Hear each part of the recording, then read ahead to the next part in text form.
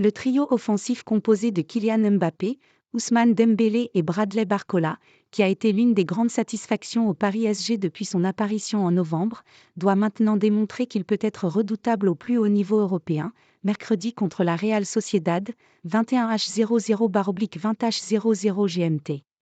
C'est une véritable trouvaille de l'entraîneur Luis Enrique. Arrivé sur le banc parisien l'été dernier, l'Espagnol avait en première partie de saison tenté d'associer Kylian Mbappé, dans son rôle habituel d'ailier gauche, à Randal Kolo Muani ou Gonzalo Ramos en position d'avant-centre. Mais ces deux derniers ont peiné à convaincre dans le jeu ainsi qu'au plan statistique. La superstar Mbappé marquait l'écrasante majorité des buts au sein de l'attaque, ce qui avait le gros désavantage d'en faire une cible évidente au marquage pour les défenses adverses. Luis Enrique a donc veillé à mettre son canonnier en chef au poste qui voit passer en théorie le plus d'occasions de but, celui de 9. Et l'a flanqué de Bradley Barcola sur le côté gauche.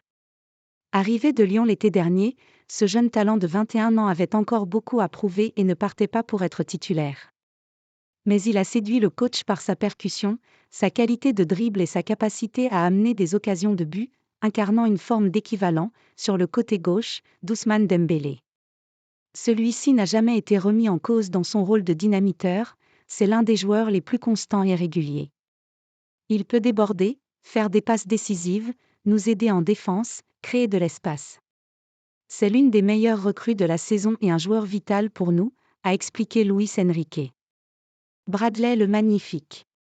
Concernant Barcola, le déclic s'est semble-t-il produit, dans la tête de Luis Enrique, lors du match à domicile contre Newcastle en phase de groupe de Ligue des Champions, 1-1, le 28 novembre.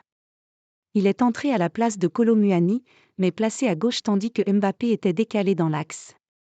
Et l'entraîneur a dit retenir la multitude d'occasions de but qu'il a amenées plutôt que ses ratés à la finition. Une décision salutaire au vu de l'association réussie qui en a résulté avec Mbappé au cours de plusieurs rencontres. Contre l'autre équipe française à avoir évolué en Ligue des Champions cette saison, Lens, le 14 janvier, 2-0, le Trident s'était montré ravageur. Barcola avait fait taire les sceptiques en inscrivant un but important, son deuxième de la saison, et en étant à l'origine de l'exclusion de Jonathan Grady. J'ai trouvé Bradley magnifique.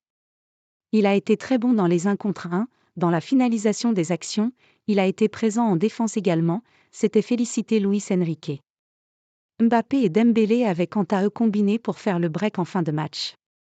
C'est important d'avoir cette connexion, à 3, note de la rédaction, on l'a de plus en plus, même avec nos milieux de terrain, donc c'est vraiment bien pour les futurs matchs, avait confié de son côté Bradley Barcola.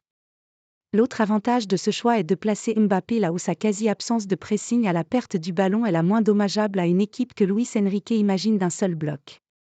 Dans cette phase qui est souvent cruciale en Ligue des Champions, Barcola et Dembélé ne rechignent pas à jouer le rôle de première lane défensive et récupèrent leur lot de ballons, comme Dembélé contre Lille samedi pour amener le premier but du PSG, 3-1.